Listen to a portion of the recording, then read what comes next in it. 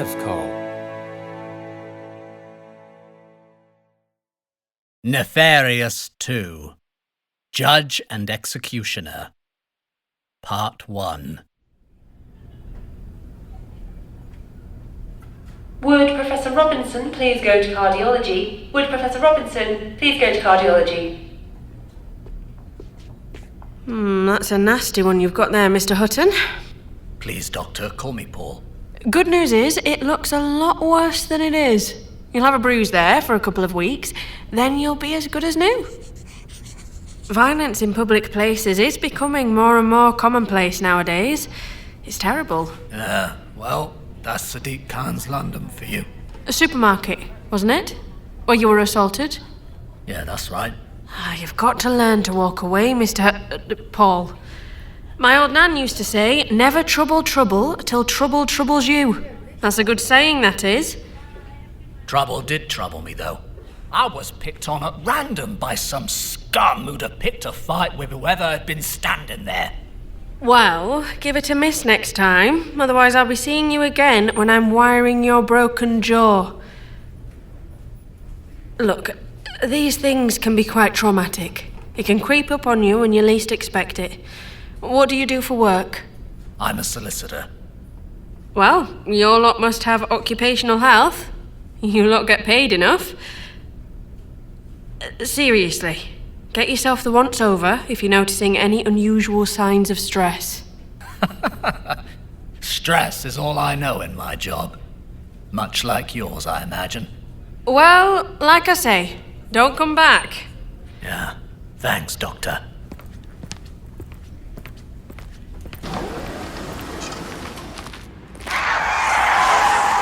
Oh, bloody stupid man! It's my right of way, you wanker! White men, all the bloody same, selfish and stupid. Should just cull the bastards!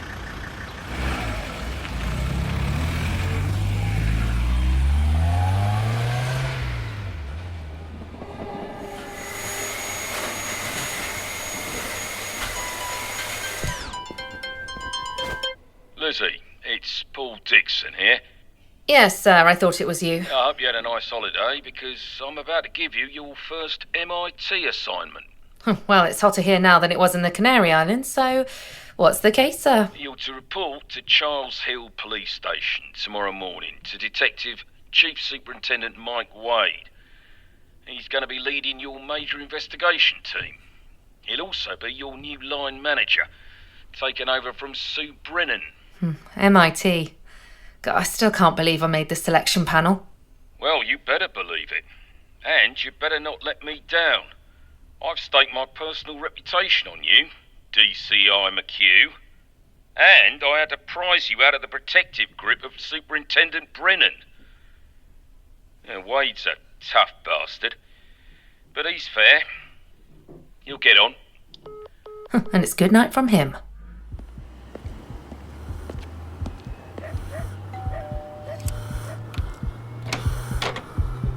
What do you want? To call you.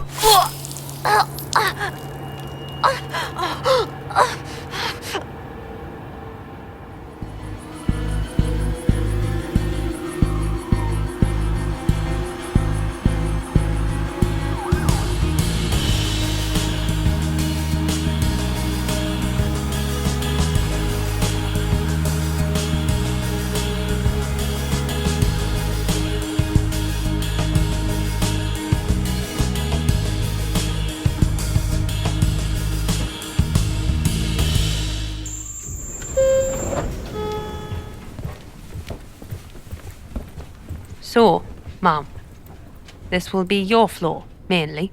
Thanks for making us welcome, D.I. D.I. Simcox. My pleasure, Ma'am.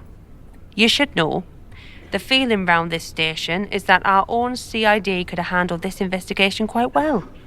No need to bring MIT in. But it was taken out of our hands by the Chief Assistant Commissioner Dixon, to be exact. You'll see your team has started setting up in this area. And this one here is your office. I see you've even managed to make a sign in biro that says DCI McHugh for my office door. Thanks. I think you'll find everything you need is in here, though, Ma'am. A bit of a goldfish bowl, isn't it? Design features of Charles Hill Police Station was that everything should be open plan. Transparent policing. Yes, DCI Simcox. Open policing. I remember it the first time round. You can plug your laptop into this dock, and it should automatically connect to the station intranet and the Met Police system, and you should be able to get online. You're from Kingley Street Station, Mum? I was a DCI at that nick before I joined MIT, yes. Oh, don't worry, I'm not planning to move in here. The air conditioning's too cold for one thing. I've asked DS Gale here to fill you in on the case particulars. Hiya, Alan Gale. Nice to meet you, Alan. Can you make sure we get all the relevance up on the board in the incident room? Already on it, Mum. Can you give me an idea of what we're dealing with here? On 22nd April this year, we were called to human remains found in a garage behind Broadhurst Gardens by a Mr. and Mrs. Jolliffe. They'd just moved into the flat that goes with the garage. Victim, Jeremy Murdoch, had been there some time and was in an advanced state of decomp. We did the usual, door-to-doors, last confirmed sightings, forensic examination of Mr. Murdoch's online activities. But we turned up absolutely nothing. Oh, so that's why the brass have called in major investigation. Also, because of the extreme level of violence used. You've got a man with no apparent enemy stabbed in the back 17 times for no apparent reason. We just couldn't get them a result quick enough. It doesn't sound like much progress. And the brass are worried about someone perpetrating that level of violence walking the fair streets of our peaceful city? About the size of it, Mum. There was literally nothing. Jeremy Murdoch was a model citizen. Single, 46, worked in an ad agency in Hanover Square, keen cyclist. Even had a flyer for the latest fashionable social injustice in his window, no doubt. Walko Ono, you mean? Detective Chief Superintendent Mike Wade. Ah, sir. This is DI Simcox, DS Alan Gale, Detective Chief Superintendent Mike Wade, better known as my boss. Pleased to meet you all. Lizzie, let's catch up in my office. Dixon's given me the rundown on you. Any forensics? Nothing. Well, nothing we could trace. It's a garage. There's trace of sorts everywhere. Apparently, junkies were using it to do crack until the council made the landlord secure it last year. And without viable suspects, we didn't know who to rule in or out. Door-to-door yield anything? Shoe leather, Inspector? Came up empty, sir. No one's seen anyone go in or out of that garage. Previous tenant spent the last 6 months of his life in Whips Cross Hospital, so didn't even go near it. And he's brown bread, right? That's correct, sir. Well, don't worry your little head, Inspector. MIT's here now.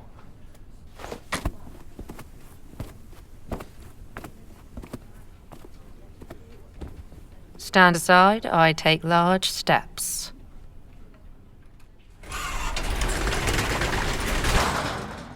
So this is where he was found?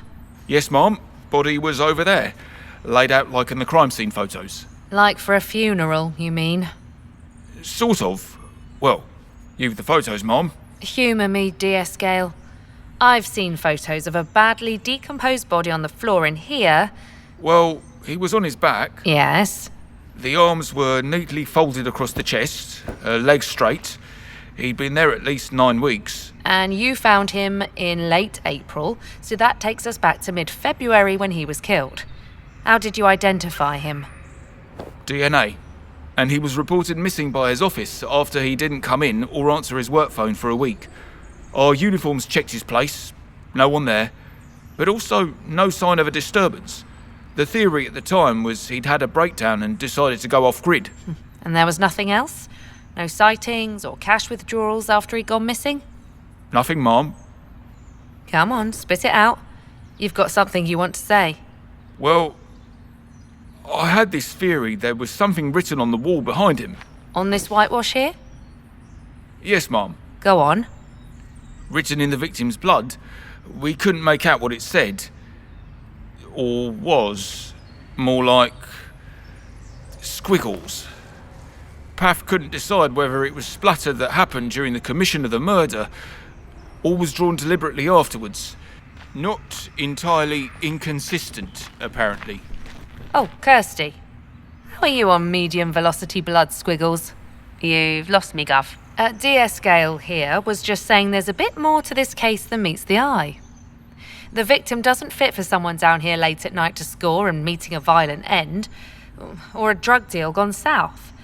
And apparently, now there's ritual in the body disposal, which is where the Squiggles come in. DC Kirsty March, by the way. Nice to meet you. And you? I was just saying, I thought there might have been something written in the victim's blood on the wall. And what did D.I. Simcox say? She wasn't very interested, Ma'am. Why would someone perform a burial rite down here? I mean, normally those bodies left like that are meant to be found. And quickly. Satanists? Possibly. Oh, do we have the bike? The bike, DS Gale? Murdoch was a keen cyclist? Oh, yes, Ma'am. He was. Or did we find his bike? Yes, Ma'am. It was propped up tidily over there. No damage. Sporty number, I'm told. Though I don't cycle myself. So he's disposed of in here. Was this the crime scene as well? We think so, Ma'am. And his probably very expensive bike, the symbol of the modern middle-class urban warrior, was left over there. Not fenced. Right, Ma'am. And his wallet and phone were just here. Only the SIM card was removed and placed on top of the phone. All laid out neatly along with the body. Nothing missing. As if he'd need it in the next life. What? Nothing, Gov. Just thinking aloud. All right, Gail, you get back to the office and get me all the artefacts found with the body. And I want to see that bike. Oh, and get me the MISPA report for him. Yes, Ma'am.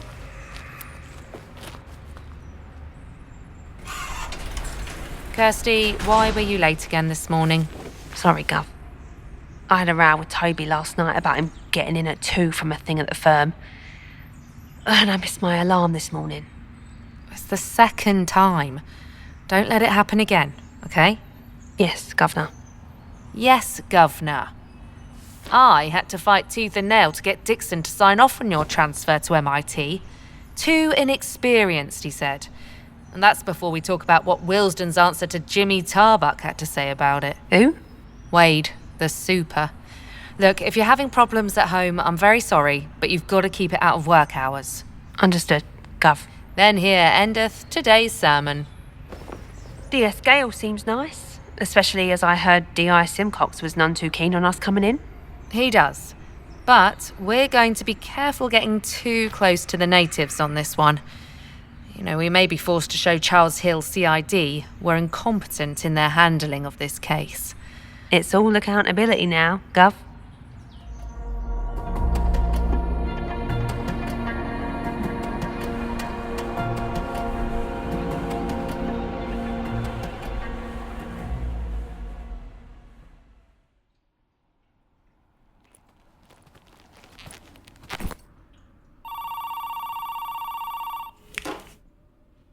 Hi, yes?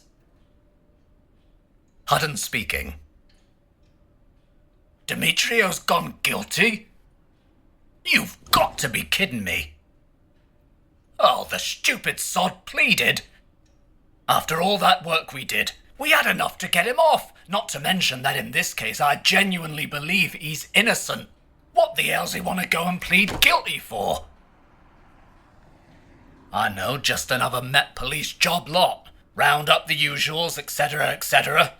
This one's just gave up on himself, though. No, I've not been feeling quite myself lately. Yes, I think it's still the business in the supermarket on my mind. Yeah, okay. Yeah, I'll send you my bill. And could you see your accounts department pays it sometime before New Year's Eve? Okay, thanks, matey.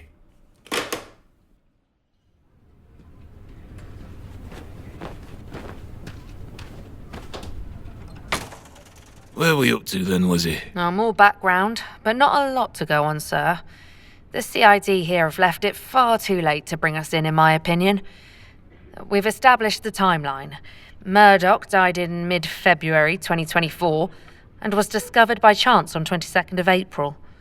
Gale reckons there was something written on the wall in the victim's blood, but apparently Jane Simcox didn't think that was important. You think Simcox has really dropped the ball on this one? I wouldn't like to say that, sir. But I do think things were missed in the original investigation. Let's say because of pressure of caseload. Okay, so assuming Simcox didn't even wiggle her thumb in her ass, let alone take it out, where do you want to shift the focus of the investigation to? Two things, sir. One, the fact that nothing was stolen. Why not? Jeremy Murdoch was a successful man living in an affluent area of London. Why not take anything? His sports bike alone was worth $3,000, I'm told. And two, the body was apparently laid out like a burial, in a deserted building where no one was likely to see it. Why? Please don't tell me this is a signature. I've ordered up the rest of the crime scene photos, so I hope to learn more when they get here. Gail's theory is very interesting, but it's the lack of any theft that worries me.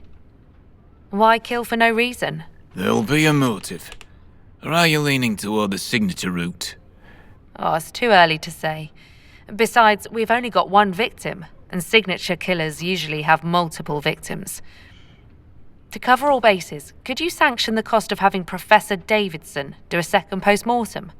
Apparently Murdoch is still on ice down at Westminster anyway. Why Keith Davidson? Oh, he's the best I've worked with. And something the first PM missed that he notices might just bring the case to life again. Fine. I'm happy with Keith taking a look. What are you gonna do? I'll try and get up to speed on everything. I've asked Kirsty to work with me on this one, and DS Gale is proving himself quite useful. Yes, I know. I'll have to be careful around him. That'll be all for now. Keep me posted. Yes, sir.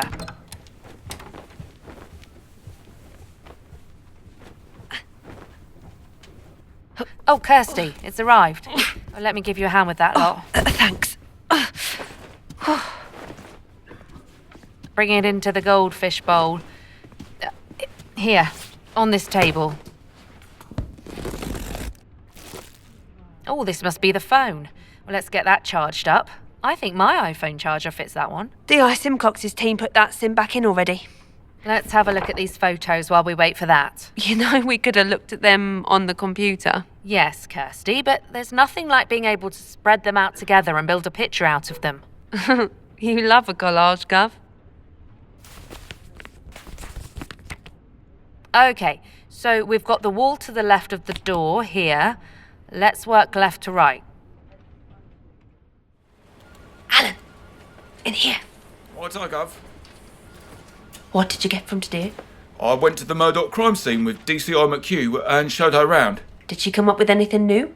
Well, there's nothing there now, is there, Gov?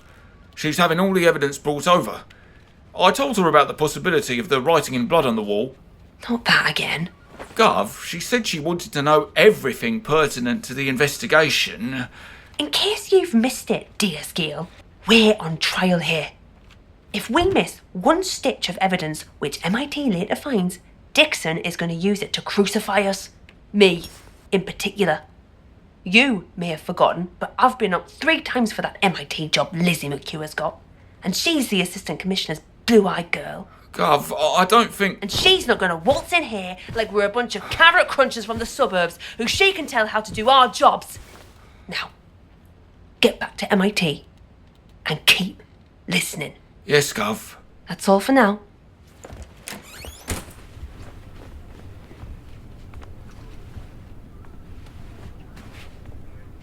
Glad I caught you, Alan. First thing tomorrow, you and Kirsty are going to interview the Jolliffes who moved into that flat. Righto, Mom. There's amazingly little on file about the previous tenant who rented this garage. See what they know? Yes, Mom. The DI isn't going to like this one bit. And I don't like doing the DI's job for her, one bit.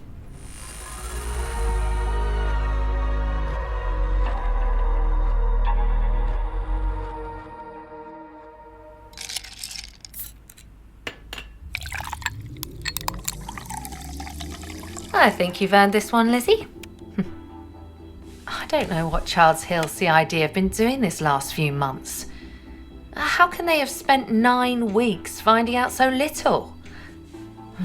Simcox, that's how. Mealy-mouthed, arrogant, and a terrible haircut to boot. The Jolliffes know nothing, The council can't give us anything on the last tenant. No family, apparently. And the phone's given us sod too. It's like someone stepped off a plane, killed Jeremy Murdoch at random, and then flew out again. Ah, Sean. Oh, nice to hear from you, DI Spy, sir. My first day? Oh, not too bad, thanks.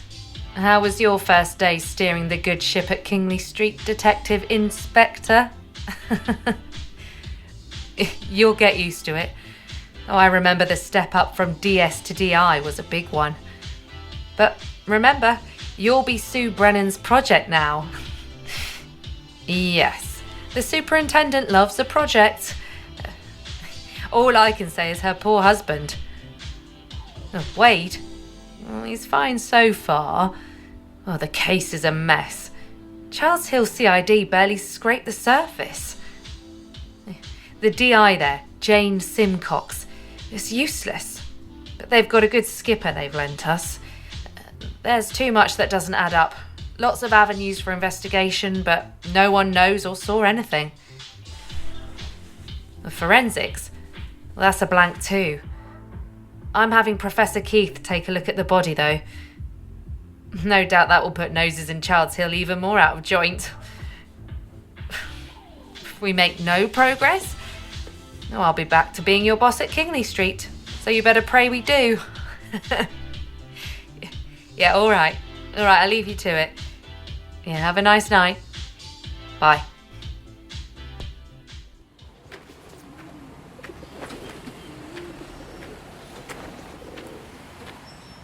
DC March, what are you doing outside a multi-story car park at this hour?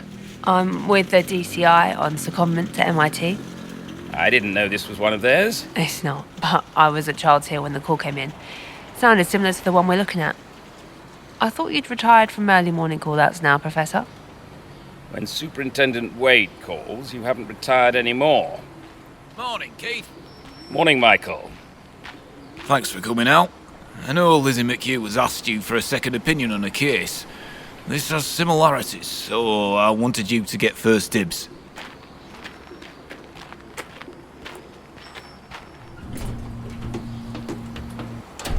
The lift is moving up. Now, what have we got then? I've just arrived. I won't spoil it for you, Keith. 5th floor. What? Let's get this scene photographed and get Chummy here back to the mortuary. Forecast says it's going to be another very hot day. I don't want anything compromised. Wait till the DCI sees this. Yes. Where is the DCI? Here, sir. Didn't wake yet, did we? No, sir. Bloody hell. More than a passing similarity, I'd say. Yes, sir. Okay, Professor Keith, it looks similar to the photos of the Jeremy Murdoch crime scene, but talk me through it. Well, your victim here is almost certainly Giorgio Demetriou. Here's his wallet, Mum.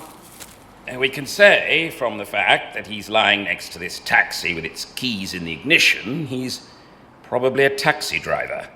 Vehicle reg and taxi driver license both check out. A 10 out of 10 for enthusiasm, DC March, but if you don't mind... Thank you. And speaking of enthusiasm, he's been stabbed at least 30 times, mostly in the back, in what I would call a frenzied attack. Like the unfortunate Mr. Murdoch, the overkill is significant, which accounts for this pool of blood here. I see. And probably after death, or certainly after he was disabled. He's been laid out next to his taxi, arms folded across his chest. Well, he's at an odd angle. I mean, why is he not parallel to the taxi? If the killer has gone to so much trouble to be neat. He's facing east. Look. He's facing the sun as it's rising. Yeah, that's not the oddest thing either. Let me show you this on the wall behind the cab. What the... What is that? Whatever it's meant to say, it's written in blood. I'll DNA test a sample back at the lab. But it's $1 million, it's his. Would you like to conduct the post-mortem yourself as well? Sorry, Professor. Is that Russian?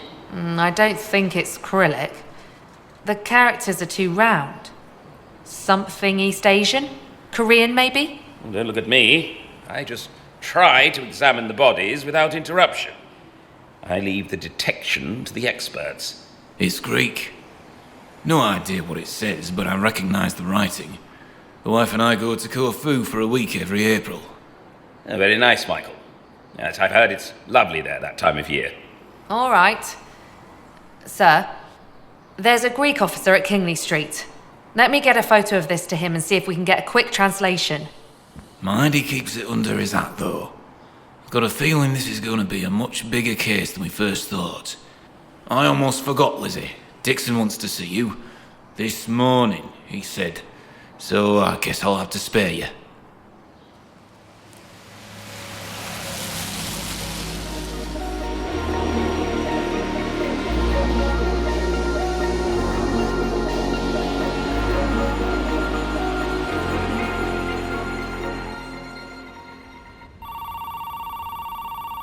Hi, this is Paul Hutton.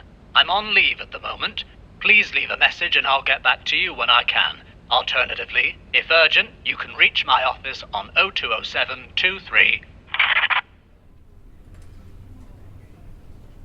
So, what do we know for definite?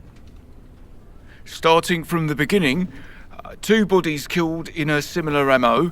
The PAF counted 17 stab wounds on Jeremy Murdoch's body. And over 30 on Giorgio Demetriou. If it's the same killer, that's a significant escalation of violence. Bodies posed in the same way. Possibly writing in the victim's blood at both crime scenes. Yes. What's the Greek connection? Gangland? Not really their man around here. Writing in blood, yes. But laying out the body neatly? No. Sir, if this was gangland, I'd expect it to be brutal and very public. We'd have found Jeremy Murdoch much more quickly. Any connection between the victims we can find? None that we've uncovered so far. Why months apart? No obvious reason. If they're connected, why do the first one in February and then wait till the beginning of July for the next? Shall I call the DCI to see where she's at? No, don't bother her. She's seen Dixon at the yard. Ah, Lizzie. Come in. Have a seat. Thank you, sir. Well, if you'll forgive the directness, this is all a bit sudden, isn't it? I mean, I can't have screwed up yet. I haven't even had one of Superintendent Wade's famous exploding tomato impressions. Oh, pray to God you don't. His temper is legendary in the Met. Well, what did you want to see me about then, sir? We've just turned up another body this morning. Yes, I heard about the stiff. So it's not about the case, sir? No, it's not. The fact is, Lizzie, we got a bit of trouble coming up. You remember the Zechariah Baines case? You handled it with D.I. Ray Burrell when you just made DS at Bethnal Green? Yes. I mean, vaguely. He was a killer, wasn't he? Stabbed another dog walker to death in Weaver's Field, as I recall. Something about the victim complaining about Baines's dog being aggressive and... You do remember then? Very vaguely. It was a nasty one. He had a lot taken into consideration, so he went down for the full tariff. No parole. Oh, that must have been at least 16, 17 years ago now. 2006. Look, Lizzie, unfortunately, it's no easy way to say this. There's going to be an appeal. An appeal? Sir? You know about Burrell, right? Oh, I knew he was a bit... what's the word? Fly? But if you remember, he was pushed into the sidings long after I moved on to Kingley Street, and I haven't been in touch with him in over 15 years. Fact is, Lizzie, you were his skipper. On that case and several others. He had a huge caseload to clear up and was known for loading them off on someone going up the steps in return for a light sentence and word in the chocolate shell. Well, I never heard anything like that at the time. Of course, but you also must know Ray Burrell had the rubber heels crawling all over him in the last couple of years. Anyway, in the light of new evidence presented and Burrell's tarnished reputation, The Court of Appeal has decided there's enough uncertainty in the safety of Zechariah Baines's conviction to grant leave to appeal his conviction. But with due respect, sir, why are you talking to me about this? If the IOPC have got a bone to pick with D.I. Burrell, shouldn't he be the one sitting here? He's dead, Lizzie. Dead? And that means if the Baines case goes south, the rubber heels will be looking for the next in line to take it out on. And that's you. Look, I've had the files couriered over to Child's Hill. Do me a favour and have a butcher's, See if there's anything we missed first time round. Sir. I don't like this any more than you do. Sir, I've got to go. Something on the murder case has just come in.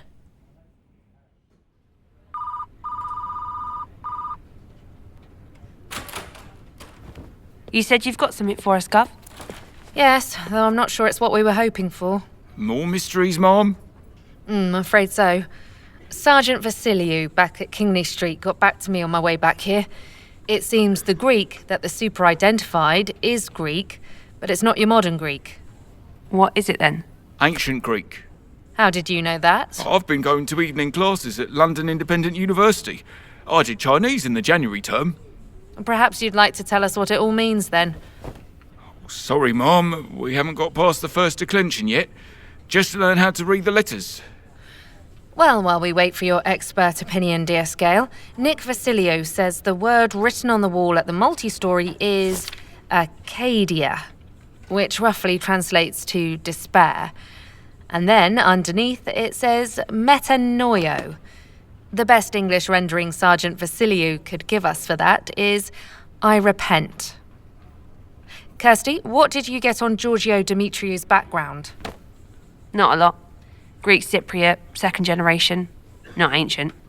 Last week he pleaded to a minor benefit fraud and was due to be sentenced this week. Unlikely to be custodial, or that's what his brief said. Who's his brief? Paul Hutton. Oh, I know him. Get him in for a chat. Let's get some background on Mr. Demetriou. With the Greek writing and Mr. Demetriou being Greek, we need to find the connection sharpish. Sorry to interrupt, Mom, but if you think this case has a Greek connection, I could ask my professor from evening class to call in. Not at this stage, Alan. Let's keep them for later if we need it. Kirsty, give Hutton's office a call. Yes, Gov.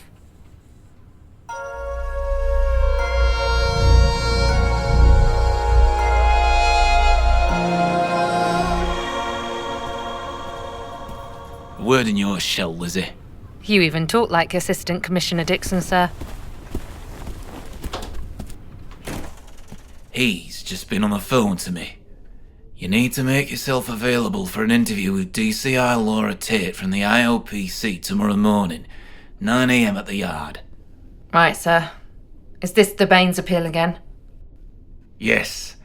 Apparently the Commissioner has referred herself, and us, to the IOPC pending the outcome of the appeal. Are you telling me I'm off the murder case? Not at all. I don't have the manpower for one thing. Just go and be all sweetness and light and get back here. I've done a few of these things in my time, and it's just a formality. Oh, I hope so, sir. It's bad enough we get hung out to dry by the media, let alone by our own side. Thank you for agreeing to come in today, Mr. Hutton. Oh, Paul, please. I'm not sure how I can help, but I'm always happy to try for the forces of law and order. Do you mind if I record this? You'll be given a copy of the recording. It's just for our information. I wouldn't like to think I'm a suspect. Suspect, sir? In the murder of Giorgio Demetriou. That's why I'm here, isn't it? I was his solicitor. Nothing like that, sir. I just want to gather some background information about Mr. Demetriou. You were one of the last people to see him. Would you say Mr. Demetriou was a troublesome client? Oh, not at all. Taxi driver. I'd forgotten about that until I saw it in the Kilburn Times. Yes, sir. It's a risky business these days. So much casual violence in London now. Cab drivers bear the brunt of that kind of violent crime, you know. Well, that's since Sadiq Khan took over. He's ruining London. I've been living in this city since I started school here in 1978. If we could just keep to the point, sir. When did you last see Mr. Demetriou? just before he pleaded guilty. Against my counsel, I should say. That would be Tuesday the 18th of June. If that's when he pleaded guilty, then yes. What was the nature of the case that you defended Mr. Demetriou in? Benefit fraud. That was the label on the brief, anyway. Blown up into a huge deal on very scant evidence. But, you see, these days, if the government's witch-hunting you, it's guilty till proven innocent. My client was accused of claiming employment support allowance while working more than the permitted number of hours per week driving his taxi. Never mind the fact we have the likes of Google or Vodafone paying no tax. But the CPS chose to prosecute a man for being £37 over the permitted threshold. The pressure was far too much for him. Little man, easy target. The law of easy collars. But that's the CPS, isn't it? Pious virtue signalers and armchair champagne Islington lefties. You know, you can get a longer sentence for tweeting now than if you kill someone with your car. And that's before we get on to the Mayor of London. Does the Mayor of London have some specific bearing on this case, sir? No. Because Giorgio Demetriou pleaded guilty before I could properly arrange his defence, let alone give his barrister instruction. The stupid, despairing bastard. Did anyone have any sort of grudge against him that you know of? None that I know of. Other than the hoity-toity upper-middle-class mafia that run this country, you mean? No, the family are nice. Greek, I think.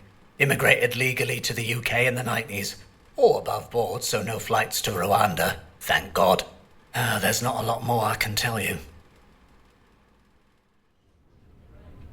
How did you make with Paul Hutton? Funny little bloke, isn't he? He certainly carries a lot of anger. Most of it directed at the government, though. He did use the word despair about Demetriou. Wasn't that the word written on the wall at the scene? Yes, it was. You get anything interesting from the brief, Kirsty? Hutton? No. Beyond that, he's got sand in his pants over the Mayor of London. And who doesn't these days? D.S. Gale, what did you get from the family? Not a lot. Not a whole lot of English spoken either. The brother Andreas has done time for drugs and seemed edgy. And there's no way that family restaurant earns its keep from serving moussaka. It's got to be a front. But it's nothing more than a hunch at the minute. Well, that was quite a common front among the bubbles back in the day. Awful lot of takeaways, if you know what I mean. Do we think Demetriou was killed as some sort of gangland warning to his brother? No, I'm not seeing it, sir.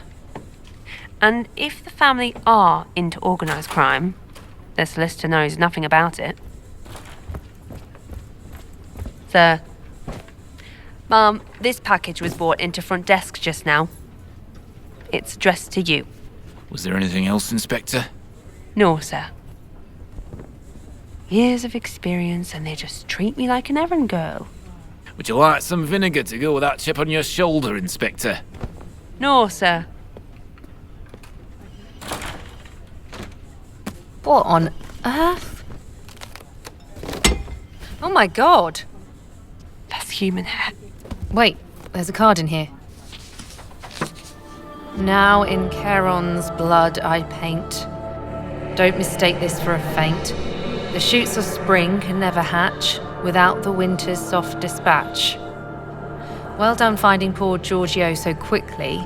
I can see you're going to be a worthy opponent. Signed, Rhadamanthus. With an H. Who's that, Gov? I'm guessing some ancient Greek poet. Not one I've ever heard of. Do we have any ideas if it's from something? A garbled mind, if you ask me. But then that's half the poetry I've ever read. All bollocks to me, anyway. Do we know if this crucifix is from Demetriou's body? Looks a bit hefty to wear. If it is, it probably hung from the mirror on this chain. We'll get the family to look at it. Please tell me this case doesn't have religious connections. We'll have every basement-dwelling weirdo with a conspiracy theory ringing in. Well, we haven't got any sort of connection yet, sir. If I may? I think the card's the most interesting thing. It must be at least 30 years old. Why keep a blank card that long? My wife's got cards that old she still hasn't sent yet. Well, why the poem then? Is it a quote? Well, I don't think it's a quotation. I think it's a message in a riddle. That's another ancient Greek connection. And who's Rhadamanthus? Gail, did you say you knew someone more knowledgeable than us about the ancient Greek world? Yeah, Doc Hannah. That's what we call her. Dr. Hannah Wright. She teaches the evening class I go to at London Independent. All right, tomorrow morning, let's ask her to come in and have a look at everything we've got so far. Does that blow the budget, sir? Probably. But I think we need to follow up on it. All right, I've got the Dimitriou post-mortem at 5.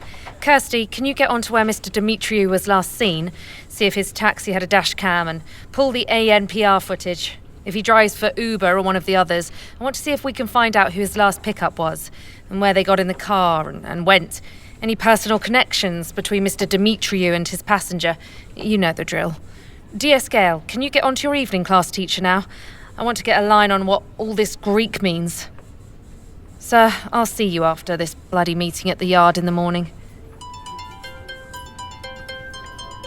Lizzie, can you get over here now? There's something I want you to see.